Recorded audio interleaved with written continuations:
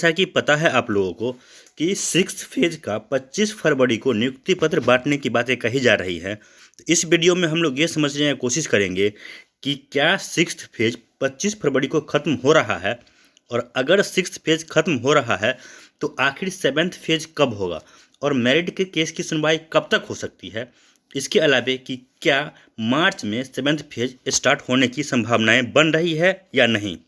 तो दोस्तों, six phase तो फरवरी में ख़त्म हो जाना चाहिए, लेकिन इसमें बस एक छोटी सी समस्या है। और समस्या क्या है आप लोग को शायद पता हो, अगर नहीं पता हो तो मैं आप लोग को बता दूं कि जो केस है एक बीएड और डीएलएड के लिए, जो कि 1 to 5 में बीएड आएगा, सिर्फ डीएलएड आएगा या फिर बीएड भी आएगा, इसको लेकर के पटना हाईकोर्ट में एक केस चल रहा है।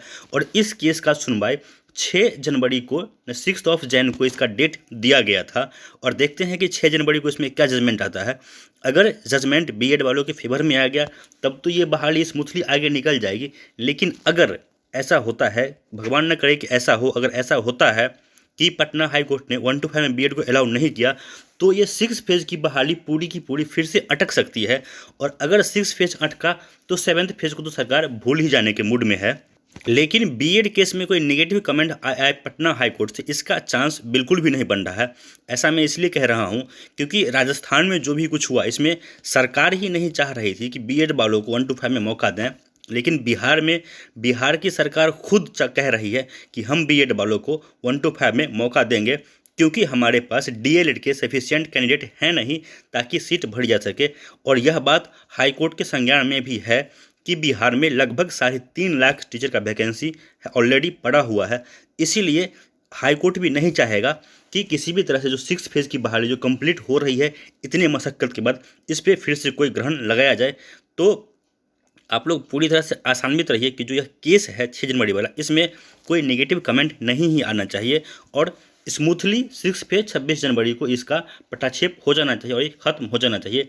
लेकिन अब प्रश्न उठता है कि आखिर सेवेंथ फेज कब। देखिए, जिस तरह की संजय सर का कल का हमने बयान देखा, आप लोग भी नहीं देखा होगा, इसमें ये लोग कह रहे हैं कि सिक्स फेज खत्म होने के बाद we will recalculate the remaining seat, मतलब कि जो सीट बचेगा इनका ये लोग फिर से गणना करेंगे। तो कहीं ना कहीं एक बहाना खोजा जा रहा है ताकि सेवेंथ फेज का जो नोटिफिकेशन है इसको डिले किया जाए।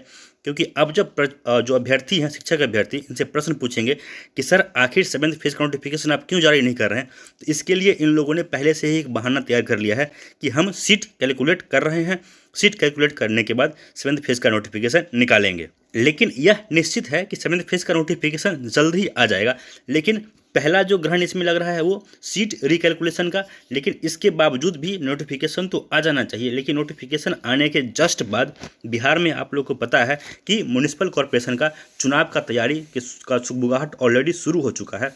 और जैसे ही नोटिफिकेशन आएगा उसके बाद सरकार के पास एक ऑलरेडी बना बनाया बहाना मिल जाएगा कि हम अब बिहार में म्युनिसिपल कॉरपोरेशन का चुनाव करवा रहे हैं, तो आखिर हम सेवेंथ फेज की बहाली को आगे कैसे बढ़ाएं। और इस बहाने सरकार इसको रोकने का कोशिश करेगी।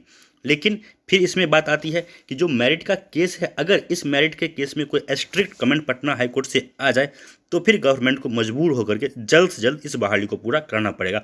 और रही बात कि मेरिट के केस का सुनवाई कब होगा, तो जो बातें निकल के आ रही है विभिन्न सोर्सेज से, विभिन्न माध्यम से, इसमें यह कहा जा रहा है कि जनवरी से जिस भी बेंच में मेरिट का केस है उसमें सिर्फ और सिर्फ सिविल केस की सुनवाई होने का चांसेस बन रहा है। मैं चांसेस ही कह रहा हूँ क्योंकि कोर्ट कचहरी में आगे क्या होगा ये पूरी तरह से डिपेंड करता है पटना हाईकोर्ट के मुख्य न्यायाधीश पे कि वो किस तरह का जजमेंट लेते हैं और किस तरह से कोर्ट का जो कार्रवाई है उसको आगे बढ़वाते हैं।